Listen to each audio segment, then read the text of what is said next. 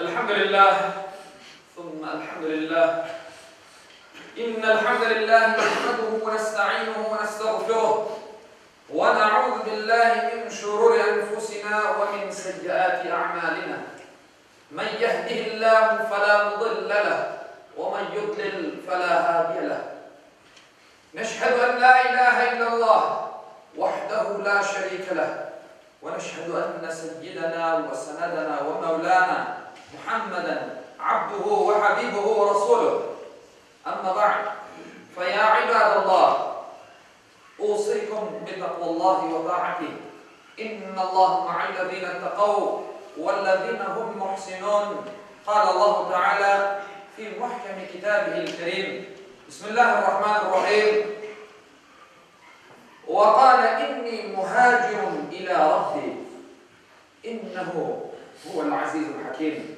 صدق الله العظيم قال رسول الله صلى الله عليه وسلم المسلم من سلم المسلمون من لسانه ويده والمهاجر من هجر ما نهى الله عنه صدق رسول الله ونطق حبيب الله فيما قال أو كما قال. Muhterem millet, İslam alemi daha bir hicri yanı yılga girişmekte. Müslümanlar için pek mühim olan ve tarihte yanı bir sayfa açkan hicret, Hazreti Ali'nin teklifiyle ve Hazreti Ömer'in halifeliği devrinde Müslüman hicri takviminin başlangıcı olarak belirlendi. Vesileden faydalanıp hicri yanı 1439. yılın vatanımız bütün Müslüman ümmeti için hayırlı ve mübarek olsun inşallah. Bildiğiniz gibi İslam dini yayılmaya başlandığı vakit Mekke devrinde sevgili Peygamber Efendimiz Aleyhisselatü Vesselam ve ilk Müslümanlar daima zorbalık ve zulümge nişan ola turanlar. İçtimai, iktisadi ve medeni taraflardan embargoya uğratıldılar. İlk Müslümanlar evvela Habeşistan degenimiz Etiyopya'da, sonra da Medine'ye hicret ettiler.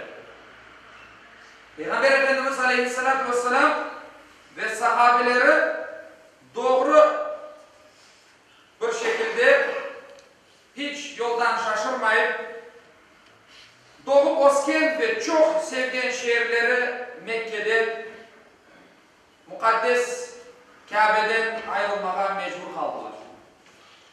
Hürmetli müminler, biz Müslümanlar için hicret Allah'a, onun sevimli elçisine, peygamberine,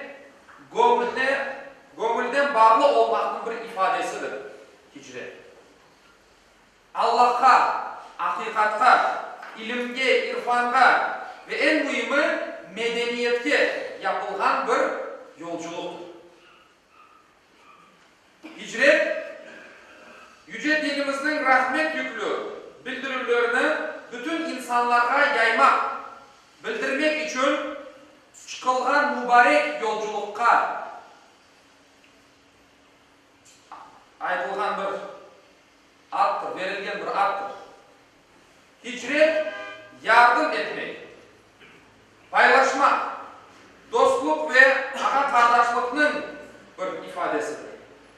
Hicret, maddi zorluklar ve zorluklar karşısında kaçmak değil.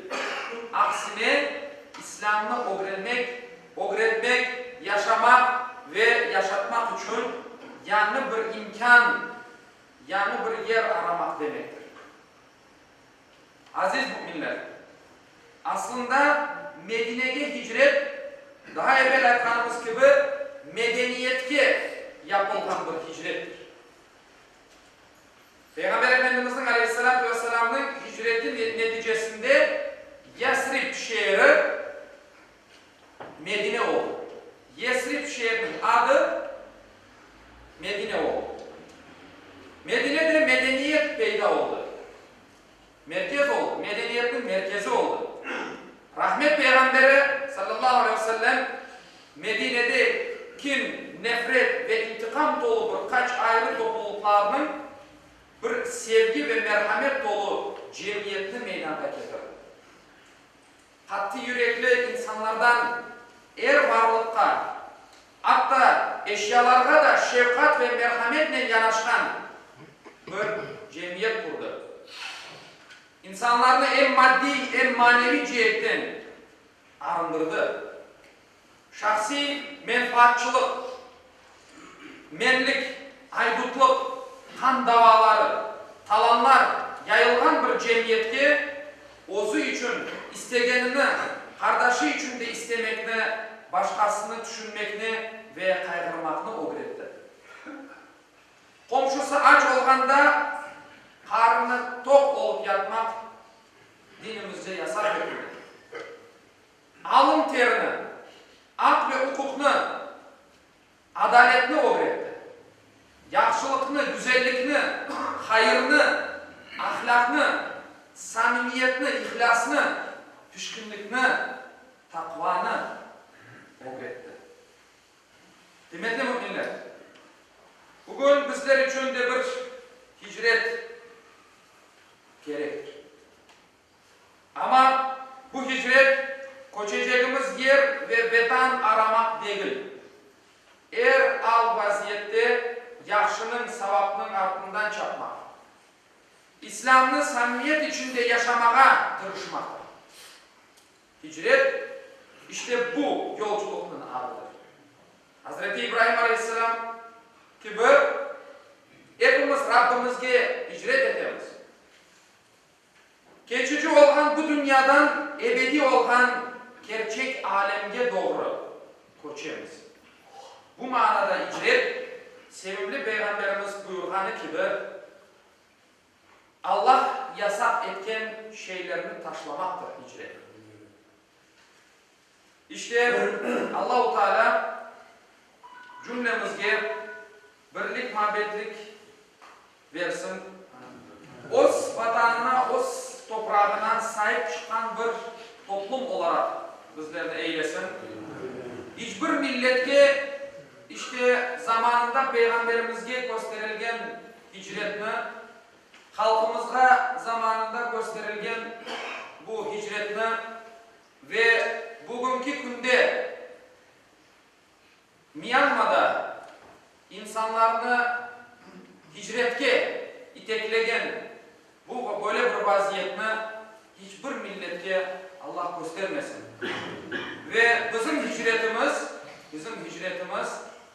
Allah'a, Peygamberine, ilimge, irfanga olsun. Bizim hicretimiz insanların gönlünü almak için olsun. Allah-u Teala cümlemizni samimi ve ihlaslı kullarından eylesin ki geleceğimiz hayırlı, parlak olsun.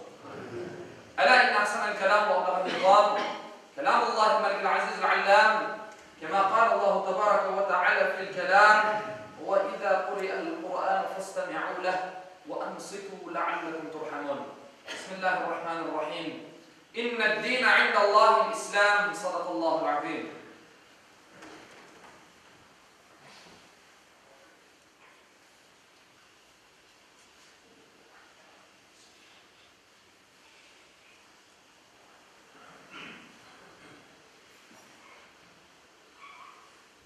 الحمد لله حمدا كاملا والصلاة والسلام على رسولنا محمد وعلى آله وصحبه أجمعين تعظيما لنبيه وتكريما لفخامة شان شرف صفي فقال عز وجل من قائل مخبرا وآمرا إن الله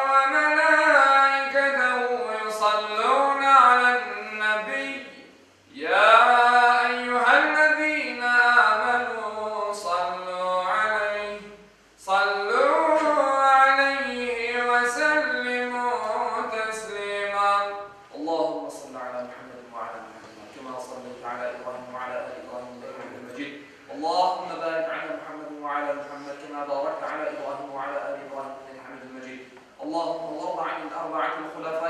سيدنا أبي بكر وعمر وعثمان وعلي ذوي الصدق والوفاء، وعن الأنصار والمهاجرين والتابعين إلى يوم الجزاء، وعن كافة المؤمنين والمؤمنات والمسلمين والمسلمات الأحياء منهم والأموات، بفضلك ورحمتك إنك سميع قريب مجيب الدعوات برحمتك. عباد الله، إن الله يأمر بالعدل والإحسان وإيتاء ذي القربى وينهى عن الفحشاء والمنكر والبغي يعظكم لعلكم تذكرون ولذكر الله أكبر والله يعلم ما تصنعون. Okunan ayette Allah-u Teala buyurmakta ki, şüphesiz Allah adaletini, yaxşılık yapmakını ve soy sopka yardım etmekini emir eder. Edepsizlik, fenalık, isyan edip zulüm işlemekte de yasaklar.